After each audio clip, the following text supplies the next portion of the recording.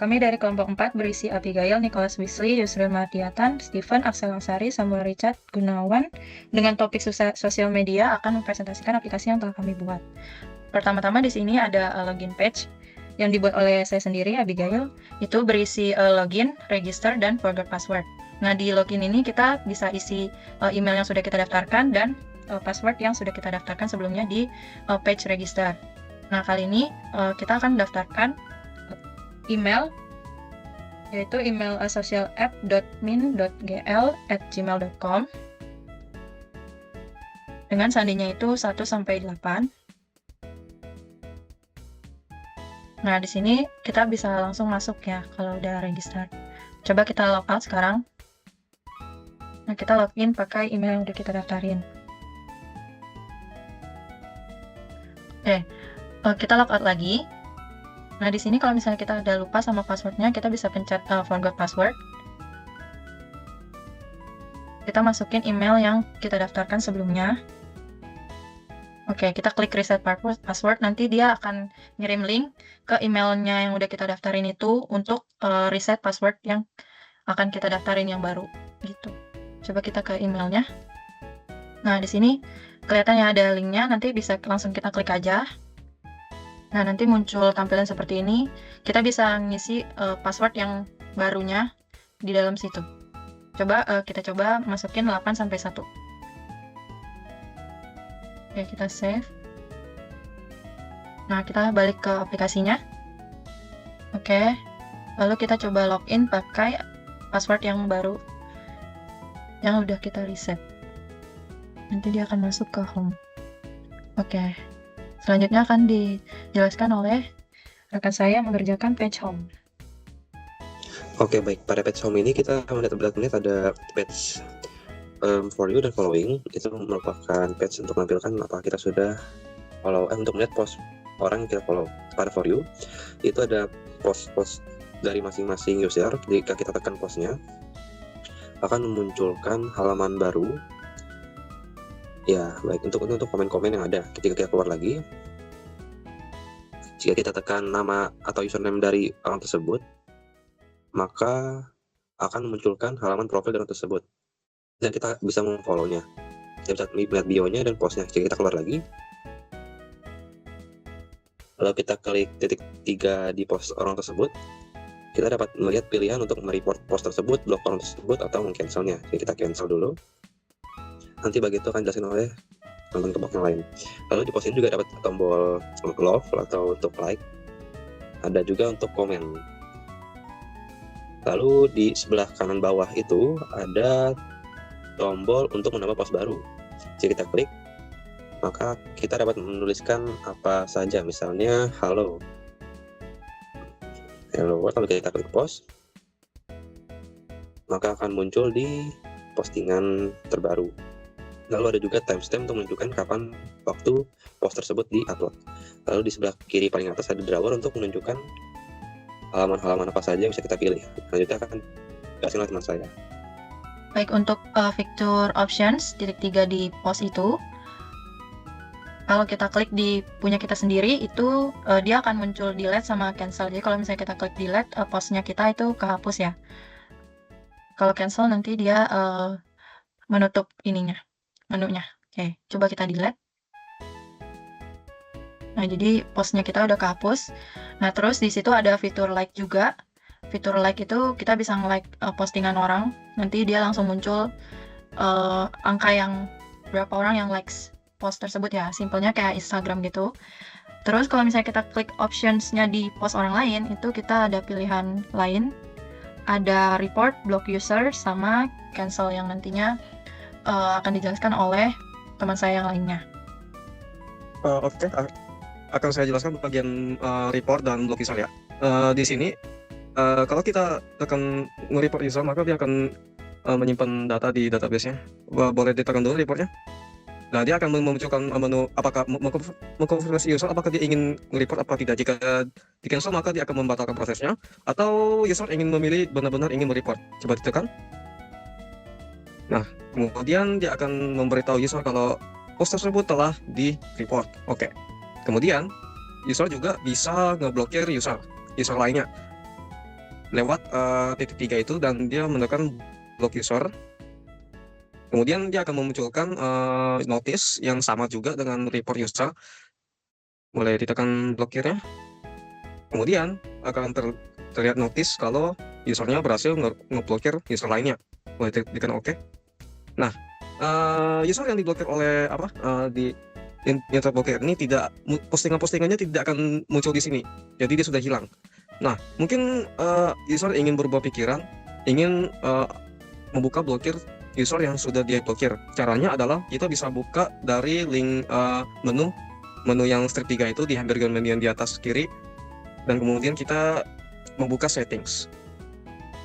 Kemudian di settings page ini user bisa melihat dia ada menu lainnya selain toggle dark mode itu. Dia bisa membuka block user, dan di block user ini dia bisa menampilkan user yang sudah diblokir sama penggunanya, dan dia bisa memilih tombol yang ada di kanan itu untuk membuka blokirnya supaya user dapat melihat postingan yang sudah diblokirnya.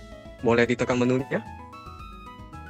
Ya, di sini dia dapat notice apakah dia ingin unblock usernya. Jika di cancel maka dia prosesnya batal. Jika ditekan unblock maka proses unblocknya berhasil, akan diproses. Nah, di sini user sudah berhasil membuka blokir dari user yang dia blok sebelumnya. Sekarang dia sudah bisa melihat postingannya lagi. Kemudian jika kembali maka di account settings ini, di menu account settings yang kedua, user punya pilihan untuk menghapus akunnya. Jika diklik maka semua informasi dari user itu terhapus, termasuk like, postingan, komen, semuanya akan terhapus. Ya, seperti itu. Untuk bagian selanjutnya akan dijelaskan oleh teman saya. Pada settings ada toggle dark mode ini untuk mengubah tampilan yang awalnya terang menjadi gelap, seperti tampilan home, kita dapat mengkliknya, tampilan tulisan setting, following, dan lain-lainnya, supaya mata lebih enak melihat. Kita mengganti dengan merubah warnanya, dan kita tekan toggle-nya kembali, maka akan mulai seperti semula. Oke, untuk bagian selanjutnya yaitu di bagian chat. Jadi di sini kita dapat melakukan chat kepada user-user yang lainnya yang ada di database-nya. Misalkan di sini dari chat usernya siapa yang mau kita chat. Jadi ketika pilihan chatnya ini dia bisa dipilih usernya siapa. Misalkan sebagai contoh ini kita bisa pilih, dia akan memunculkan chat page-nya dari user tersebut. Nah, dari misalkan kasih contoh seperti ini, dia akan menampilkan bubble chat-nya, hello, ini mingle, lalu kita ketik lagi misalkan. Nah, lalu di sini ada button untuk mengirimkan pesannya. Jadi dia akan menyimpan pesan ini di database yang ada pada Firebase yang kita gunakan. Misalkan kita contoh, kita login ke akun yang Samuel Richard itu. Nah, maka kita dari si akun Samuel Richard-nya ini, dia akan menampilkan pesan dari si email social media tadi. Dengan perbedaan, dia bubble chat-nya berada di sebelah kiri dengan warna yang berbeda. Jadi kita bisa kirimkan lagi pesannya, misalkan halo Samuel, apa kabar, saya baik-baik saja. Nah, sebagai contoh misalkan ini kan ada kolom untuk mengisi chatnya. Nah, kolom mengisi chatnya ini ketika kita membuka keyboard maka dia akan bisa otomatis untuk scroll ke bawah seperti itu.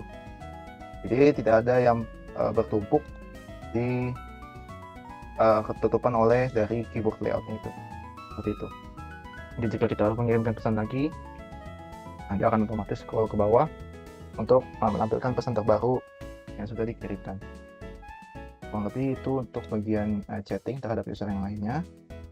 Untuk bagian selanjutnya akan dijelaskan oleh teman saya. Terima kasih. Berikutnya adalah bagian profile. Di sini saya menambahkan user ID atau username di atas itu Misalkan di sini ada akunnya SCH dan di bawahnya itu adalah username-nya @s. Di sini misalkan socialf.gmail.com. Nah, di sini ada username-nya dari akun tersebut. Lalu saya menambahkan juga bio untuk mengisi bio itu bisa diedit bio di icon setting. Lalu di sini kita bisa mengisi bio yang mau kita tampilkan di profil kita. Lalu ada tombol save dan cancel. Jika kita mengklik tombol save, maka kita akan menyimpan bio itu di profil kita. Jika ingin hapus bio, maka kita juga dapat bisa menghapusnya atau menggantinya langsung dengan mengaktifkan bio yang baru. Lalu diklik tombol save.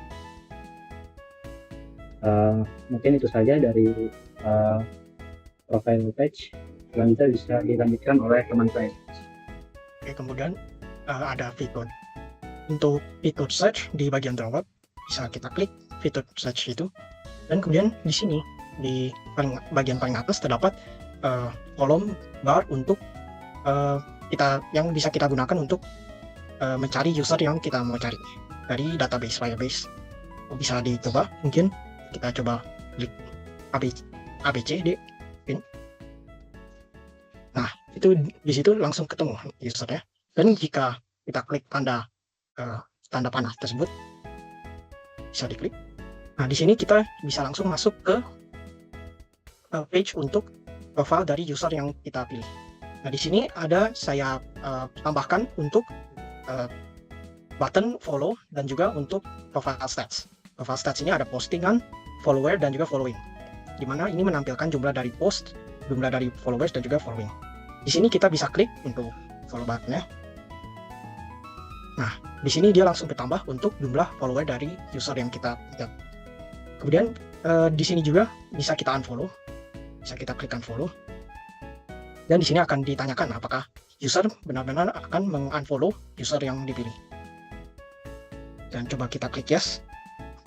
Kita back, klik tanda panah. Oke, kemudian kita masuk lagi dan button follow ini sudah menjadi biru lagi karena sudah di unfollow, dan follower juga sudah menjadi 0. Dan kemudian bisa kita klik untuk profile stats ya, diklik profile statsnya yang ya itu diklik. Oke, di sini ada bagian untuk page dari followers dan following, di mana kita bisa melihat list dari semua yang dimiliki semua followers dan following yang dimiliki oleh user. Di sini kita bisa klik di yang following itu, bisa kita lihat ada profile kita, profile yang sekarang kita punya itu sudah memfollow user yang kita pilih. Oke, mungkin bisa back lagi. Kita balik ke halaman pertama. Ke home. Oke, di sini saya juga menambahkan untuk fitur for you page dan following page, di mana untuk for you page ini akan ditampilkan semua postingan-postingan yang sudah dibuat oleh user dari mana saja. Tetapi untuk yang following page itu hanya berisikan postingan-postingan dari orang-orang yang sudah kita follow.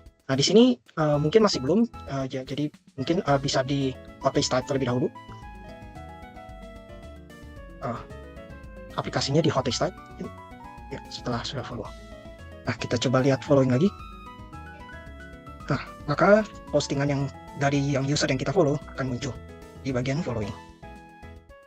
Oke, itu saja dari saya. Mungkin akan dilanjutkan oleh teman saya yang lain. Oke, akan saya lanjutkan untuk bagian delete account. User dapat memilih untuk menghapus semua akunnya. Semua itu termasuk komentar, postingan, user page-nya, itu semuanya akan terhapus. Boleh diklik untuk delete account-nya. Nah, di sini kita dapat notice apakah dia ingin cancel prosesnya atau delete. Kita langsung delete saja ya. Nah, setelah user delete account, dia akan langsung otomatis di redirect ke login page, dan semua informasinya seperti user page, komentar, like, postingan itu semuanya terhapus dari database. Baik, sekian dari kelompok kami. Terima kasih atas perhatiannya.